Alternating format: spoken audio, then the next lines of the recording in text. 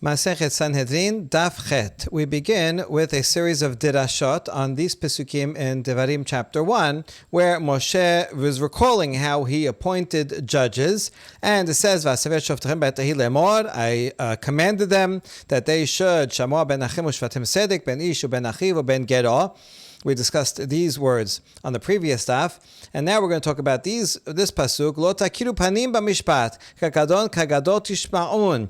Don't give extra respect to the persons in judgment, but rather hear the small as well as the great. Lo tagurim pnei ish. Don't be afraid in the face of anyone. Ki mishpat le'Elohim, who judgment belongs to God. V'hadavar shekshemikim takribun elai u'shma'ati. He tells the judges, you will deal with all the cases that you can, whatever easy cases, and if it's too hard for you and you don't know the answer, then bring it to me and I will hear that case. And then it says again, this vatzaveh is you. I commanded you, the whole of the people. The first vatzaveh is to the judges. The second one is, I told you all the things that you should do.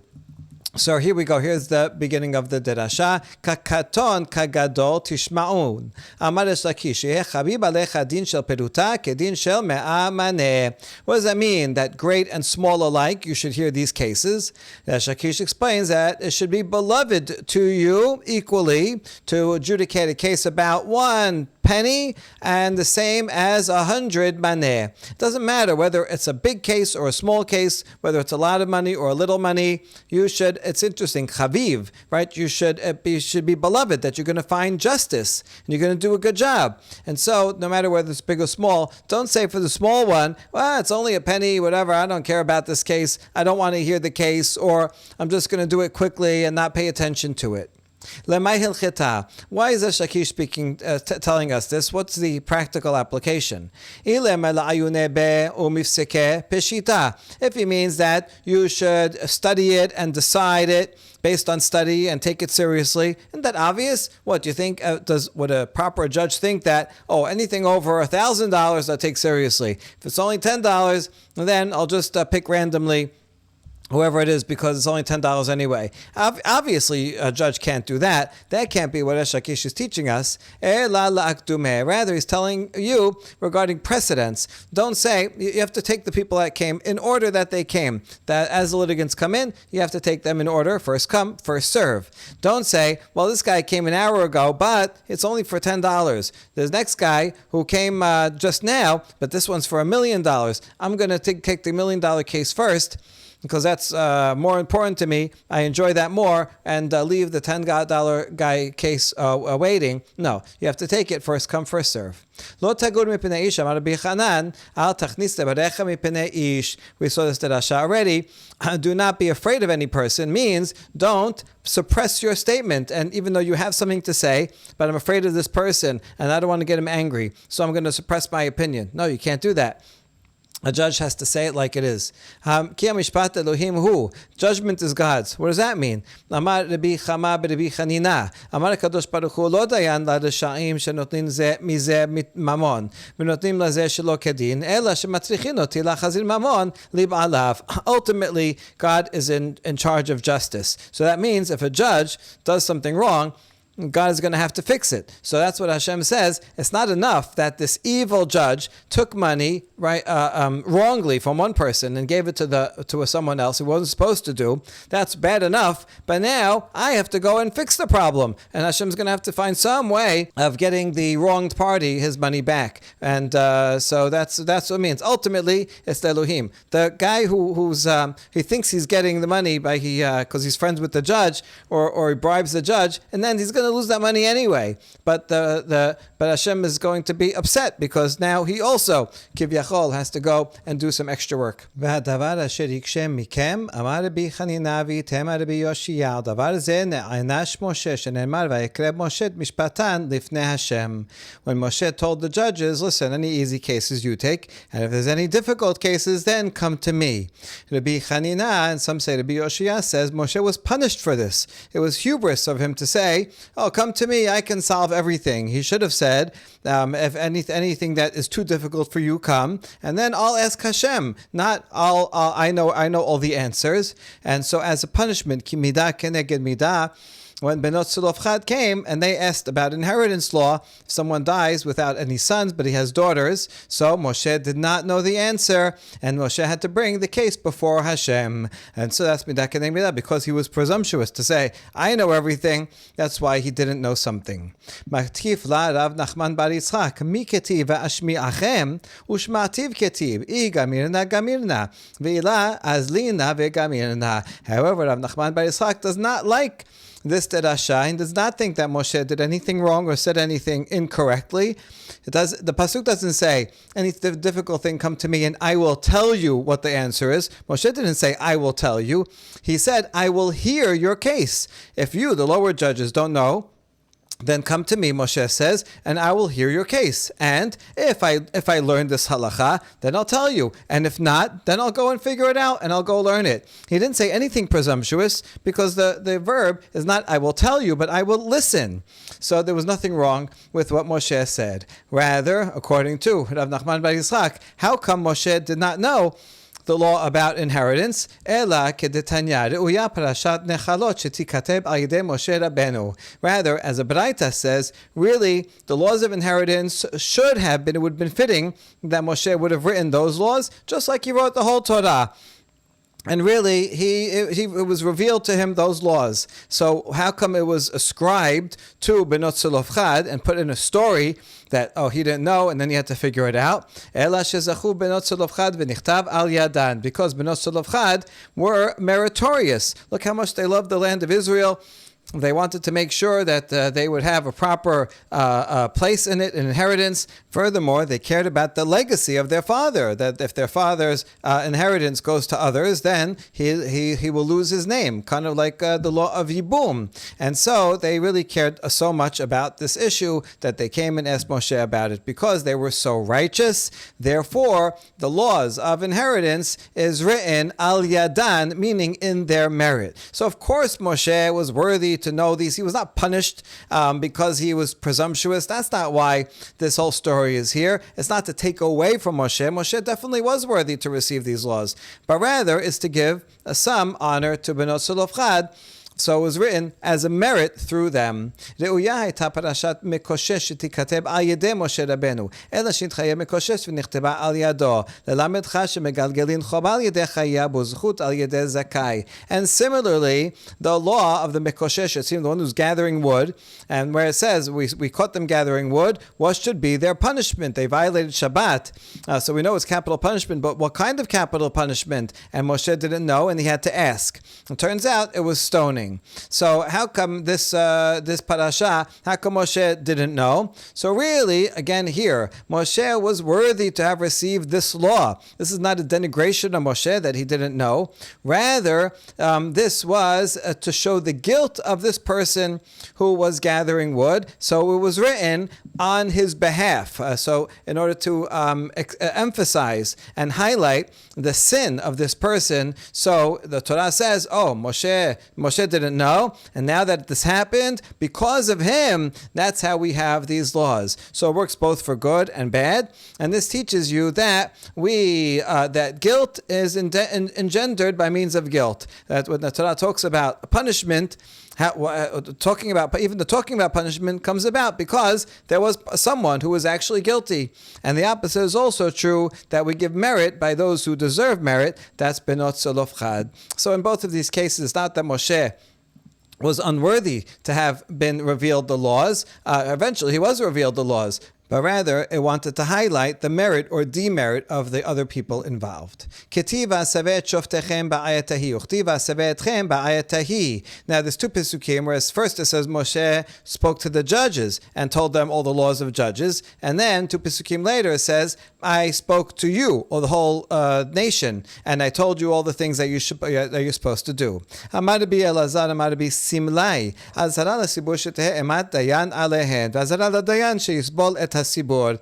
Rabbi Azar says, name of Rabbi Simlai, that Moshe, in fact, was warning both parties. He was giving a warning to the community that they should have the fear of the judges upon them. And that's the second pasuk when he was talking to the community. Listen, you should do whatever the judges tell you. But the first one, he was also giving a warning to the judges that they should be patient with the community. Sometimes the community can be unruly. Sometimes they complain a lot, but be patient with them and lead them along the way. Ad kama, how patient does a leader have to be with his flock? Amar Rabbi Chanan v'itema Rabbi Shabbetai kasher yisa ha'omen et hayonek. Rabbi Chanan says, or some say that Rabbi Shabbetai says, the same as a nurse carries a suckling child. How patient is a nurse? So patient, right? You wait till the baby eats and then burps and everything that the baby needs, whatever it cries a lot, but you always make sure to take care of it. So too, that's what a leader has to do. So there's responsibility on both sides. The people have to have fear and listen to the leader, but the leader also has to have unlimited patience. Ketib ki ata tavoch, tiv ki ata tavi. Now, at the end of Devarim, says regarding Yehoshua, first Moshe speaks to Yehoshua and says, you will tavo, you will come together with the people into the land. And then Hashem speaks to Yehoshua and he says, ki ata tavi, you will bring the people of Israel into the land. So what's the difference? Amar Rabbi Yochanan, Amar lo Moshe Yehoshua, tav hazekanim shebador imahem. When Moshe was speaking to Yehoshua, he says, you're going to come together with the elders. You're the leader, but you have a support system with you. And so, right, rely on that support system, and you, together with the elders, will lead the people. Amar lo HaKadosh Baruch Hu, tol makel, v'hachal kod kodam, dabar echad ador ve'en shene dabarin lador. However, when Hashem spoke to Yehoshua, he says, take a stick and hit the elders on their skulls. Why? Because there can only be one leader and not two leaders for a generation. So, yes, while the elders are there to help out and be part of the leadership, but you are in charge of the leaders. You can't have multiple leaders. They're all going to say different things, but rather you're in charge of the elders, and you and the elders together will lead the nation. Tana, zimun bishlosha. My zimun. There's a baraita that says zimun, inviting people, you need 3 people. What does that mean? We're inviting people for what? Ilema birkat zimun, vatanya zimun, ubirkat zimun bishlosha. If it's talking about for birkat hamazon, when you have 3 people eating together, and then you say, birshutchem nevarech, then we have a different baraita that says zimun and the beracha of zimun have 3, meaning it's 2 different things, zimun and birkat zimun. So in this first baraita, zimun can't be birkat zimun because there's 2 things called zimun. V'chitem aparo she kamefaresh, my zimun birkat hazimun. And if you want to interpret this baraita as meaning that it's saying zimun, meaning, and what is zimun? What we mean is birkat hazimun. It's not 2 things, but rather a general, and then explaining what it is. But that can't be, because yet another version of this baraita says Vatanya zimun bishlosha, berkat zimun bishlosha. This version has shilosha twice. So clearly it's talking about 2 different things. There's something called zimun, and you need 3 people for that. And then there's berkat hamazon, when you're inviting people to say together, that's also 3. So it's definitely 2 different things. Ela mai zimun azmone ledin. Rather, zimun is referring to summoning someone to a court. Kihad amarava hanebet lata dayane diatbe vazil shlicha debedina vaman bipuma dehad lo amar kelum ad amar misheme dekullehu. As Rava taught, if you have 3 judges and they're sitting and they need to summon someone to come to appear in court, and if they go and they send a messenger of the court and they say in the name of one of the judges, the messenger shows up to your house and says, Judge A declares that you have to come to court. Well, then that's nothing. That doesn't count. One judge cannot summon someone to court. Rather, he has to say the messenger has to say, judges A, B, and C all say that you have to come to court. So that's what it means. Zimun is in front of 3. is from 3 judges. However,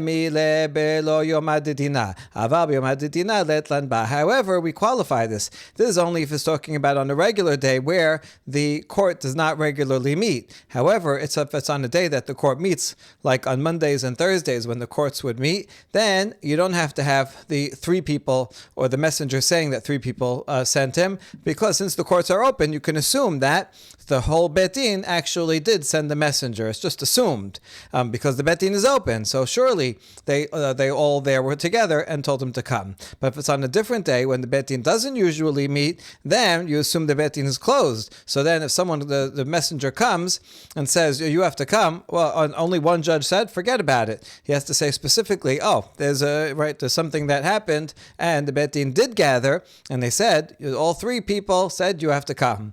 So you only need 3 people to, you only have to make it explicit that it's 3 people on a day when the Bet Din doesn't usually meet. Tashlumei kefil. Back to the Mishnah. It says that in payments of double and 4 and 5, these are all fines because it's not part of the capital what the person stole. So in all these cases, you need 3 judges. Shalach le Rav Nachman bar Rav Chista Rav Nachman bar Yaakov. 2 Rav Nachmans, one bar Rav Chista sent to the one bar Yaakov, asked, Yelamedenu Rabenu, Dineh kenasot bechama. Regarding laws about fines, how many judges do you need? Now we ask about that question. Why is he asking? The Mishnah says explicitly that for double, 4 and 5, those are kenasot, you need 3.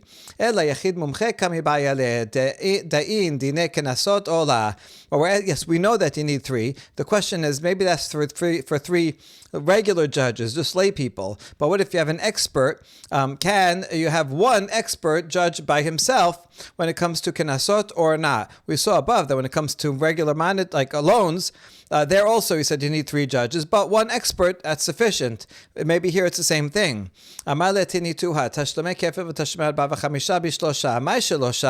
Says we learned this also because look at now quoting the whole Mishnah, that when it comes to payments of double or 4 and 5, you need 3. 3 what's? If you say it's 3 lay people is sufficient, and that would suggest that one expert would also be okay.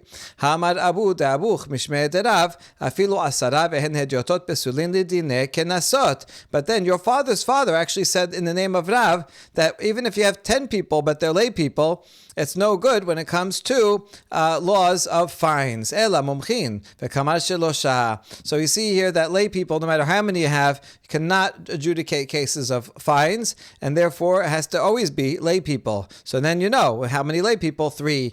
In other words, when the Mishnah says 3, it cannot be lay people because we said it can't be lay people, or Rav said that.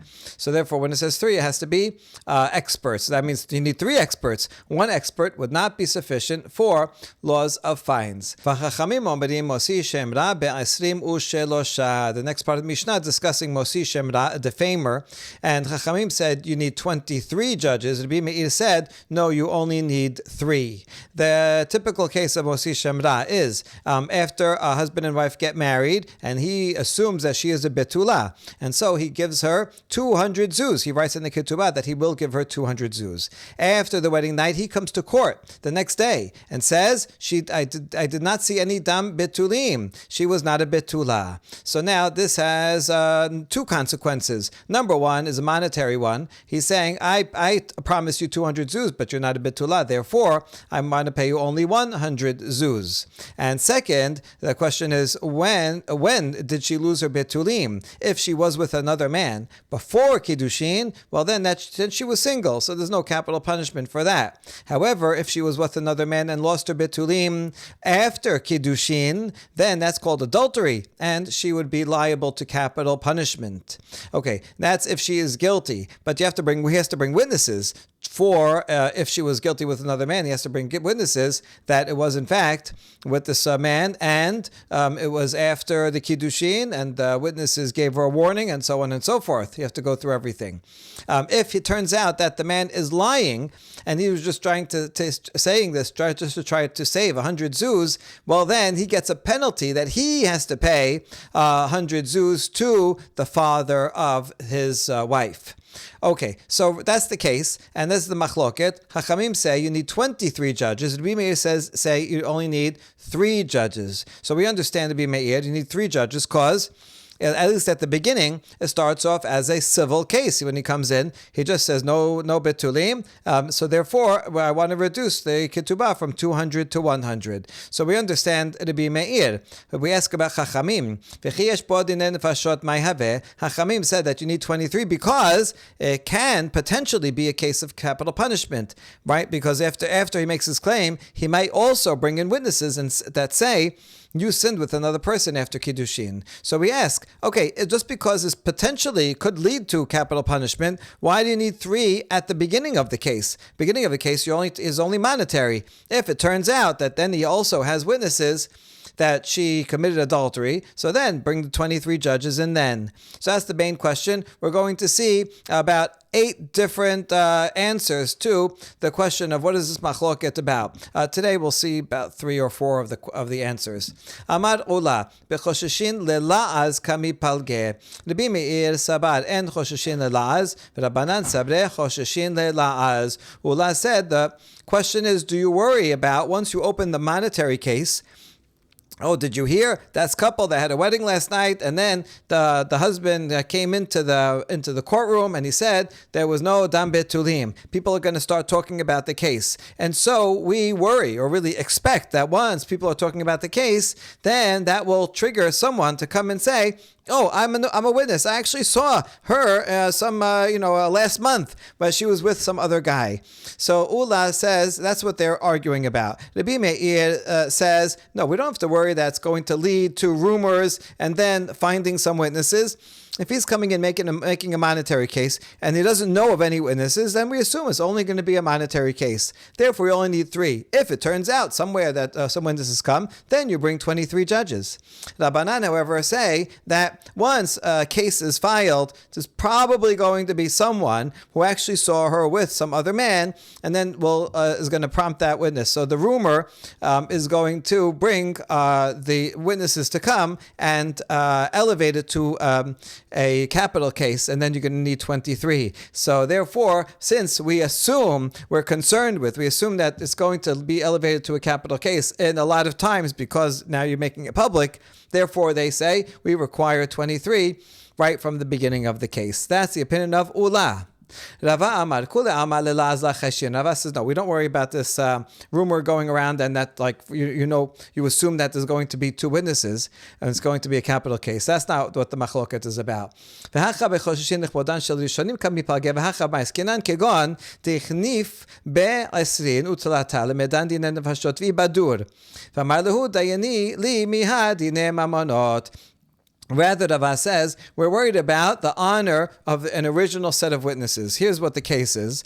For example, the husband said, I have 2 witnesses. I know she committed adultery. That they're going to prove it. And so he gathers in 23 judges because it's going to be a capital case. However, turns out that he really didn't have witnesses. He thought he did. Whatever happened. And now the 23 judges disband. They're about to go home, right? A false alarm. But then the husband says, wait, while you're here, at least adjudicate the monetary claim. So in other words, according to Rava's opinion, even Chachamim would agree that if he just comes in saying, I don't have any witnesses, I'm just making a monetary claim, all you would need would be 3. And everybody would agree 3 is enough for that. The question is, if he says, I have a capital case, then you bring 23. Everybody also agrees to that. But now, if it turns out it's not a capital case, according to the Rabbi Meir, let 20 people go home, and then 3 will stay and do the monetary case. And you don't worry about their honor, right? I'm sure they're happy to go home and do something else. Whereas, according to Chachamim, we worry about their honor. They came all this way to judge a case, and then you come and say, forget it, we don't need you. Then they're going to be insulted. So therefore, for the honor of that first set of judges, we say, even though now it's knocked down to a monetary case, still you need 20. All 23 should stay. That's what the machloket is about. Okay, so that's Rava's opinion. Now we're going to challenge Ula me'tiber from a Baraita. Hachamim omrim teva'o mamon b'shlosha, teva'o nefashot be'asrim u'shlosha. So this Baraita brings opinion of Chachamim, so it's Chachamim only, not a Meir, and says if the husband is claiming money, then he brings 3. If he's claiming a capital case, then he needs 23. So it means according to Chachamim, there could be 3 or it could be 23, depending on what his claim is. Bishlama l'Rava teva'o mamon techila b'shlosha, teva'o nefashot techila afilu mamon be'asrim u'shlosha, ela le'ula kashya. We can understand the Baraita according to Rava, fits very well. If the husband initially comes and claims only money, then you have 3 judges. If he comes at the beginning and says, I claim that she committed adultery and I have proof, then we're going to bring 23. And even if in the end the witnesses never materialize and it's only mammon, still the 23 remain. And so that's the difference. Chachamim say sometimes 3, sometimes 23. We can understand this according to Rava. However, according to Ula, how will you explain it? According to Ula, Chachamim worry about the rumor and then witnesses are going to come, and therefore they say you always need 23. Even if the husband is only claiming a monetary claim, we assume it's going to turn into a capital claim. And so how can he explain this Baraita? Amar Rava, ani varisha b'chabura targemna umano Rav Chia bad Avin. Rava says, actually, it is very nice. Rava is helping Ula, even though they disagree. He says, me and the lion of the group, who is that? Rav Chia bad Avin. We looked into this and thought about it, and we gave an answer for Ula.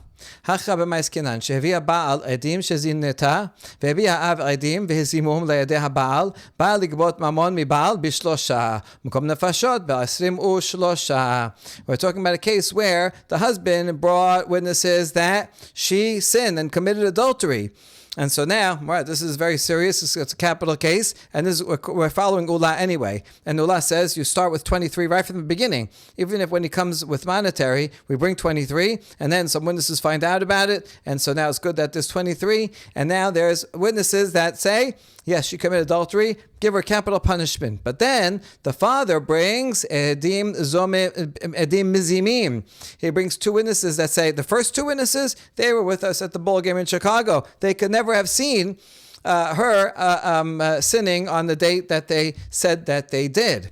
And then those witnesses are canceled. So now it turns out that the husband was lying the whole time. And now not only does he not take off money from the ketubah, he has to pay 100 zuz to the father.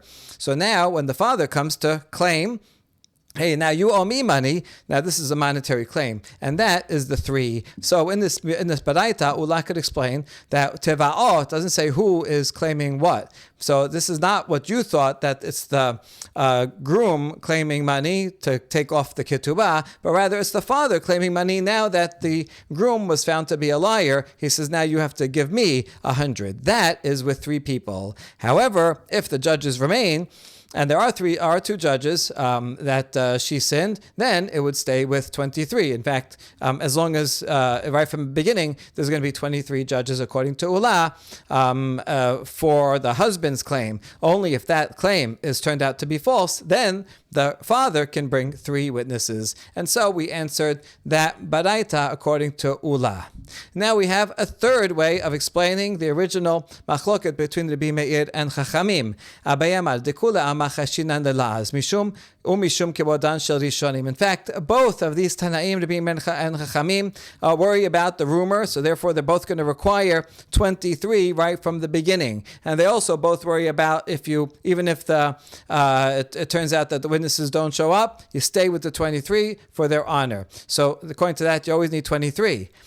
So how has he explained the opinion of Rabbi Meir that you only need 3? What case would that be? It's talking about a case where the witnesses gave us a warning. They said the warning, listen, they saw the woman about to sin with a man. They said, listen, if you do that, you already had kiddushin, you're married, and this is another man. If you do this, capital punishment. But they didn't specify what type of capital punishment. They just said a general capital punishment. But תנאהו דתניא, ושאר כל חייבי מיתות שבתורה אין ממיתין אותם אלא בעדה, ועדים והתראה, ועד שיודיעוהו שהוא חייב מיתה בבית דין. And this follows the Braita, the opinion in the Braita that says, we're going to see machloket here regarding this, that regarding all other people who get capital punishment is to exclude idolatry. For idolatry, that's so bad that you don't have to give the specific punishment that one will get for idolatry. Idolatry gets capital punishment even for a general warning. However, for all other people that require capital punishment, we do not actually execute the person unless there is Ida, that means a 23-person judge court, and Aidim have to be witnesses, and there has to be a warning, and the people warning have to tell him that he's going to be Chayab Mitah. In other words, all you need is a general statement that you're going to get death penalty, but you don't need specifically what type of death penalty. That's Tanakama. Rabbi Yehuda Omer, Ad sheyodi'ohu be'eze mitah hu neherag. Rabbi Yehuda says, no, it's not enough to say you're going to get the death penalty. It has to say, they say you're going to get death penalty by chenek, right? It has to be the specific death penalty that she will get. So Rabbi Meir is going to follow Rabbi Yehuda, because we're talking about a case where there were witnesses, but the witnesses, and they gave a warning, but they only gave a general warning that you're going to need the death penalty, not the specific one. And therefore, Rabbi Meir, who follows Rabbi Yehuda, says, well, they're not going to be a death penalty. They're not going to kill her because they never warned her properly, and that's why you only need 3 people. Whereas Chachamim, they follow Tanakama of this Baraita, and they say that's sufficient that he warned him with just a general capital punishment, even not specifying which one it is, and therefore it's a capital case, and that's why he needs 23 judges. Okay, and last answer for today. Rabapa Amar Hacha be'isha chavera askinan ve'kami palge beplukta de Rabbi Yosef bar Yehuda v'Rabbanan detanya. Rabbi Yosef bar Yehuda Omer chaver en sarich hatra'a lefi shelo nitena hatra'a ela lavchin ben shogeg lemezid.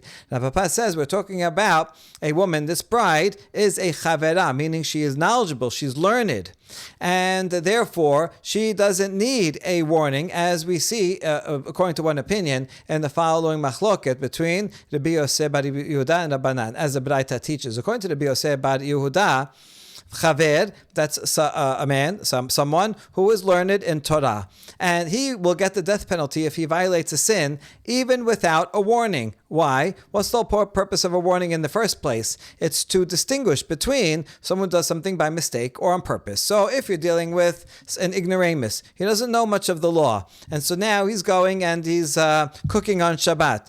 He needs a warning because he might not know that you're not allowed to cook on Shabbat. He never learned anything, so he doesn't know. Therefore, you can't give him capital punishment because you say, "Oh, I didn't know; it was by mistake." That's why if there's a warning and you tell him, "Listen, you're about to cook on Shabbat. If you do that, that will be capital punishment." So then, if he does it anyway, you know that was mezid. And in that case, you can give him capital punishment. But without a warning, maybe he didn't know, so we can't kill him. That's true for an ignoramus. But for a learned person, man or woman, since we assume they're learned, so they know the law, and they know it's not allowed, and they know what the punishment is already, they don't require a warning. And so that's according to Rabbi Yosef bar Yehuda, says does not need a warning. Rabbanan, however, say, no, everybody needs a warning, no matter what. Even if they are learned, you have to warn them before, so that make sure that they're not thinking about something else or they forgot.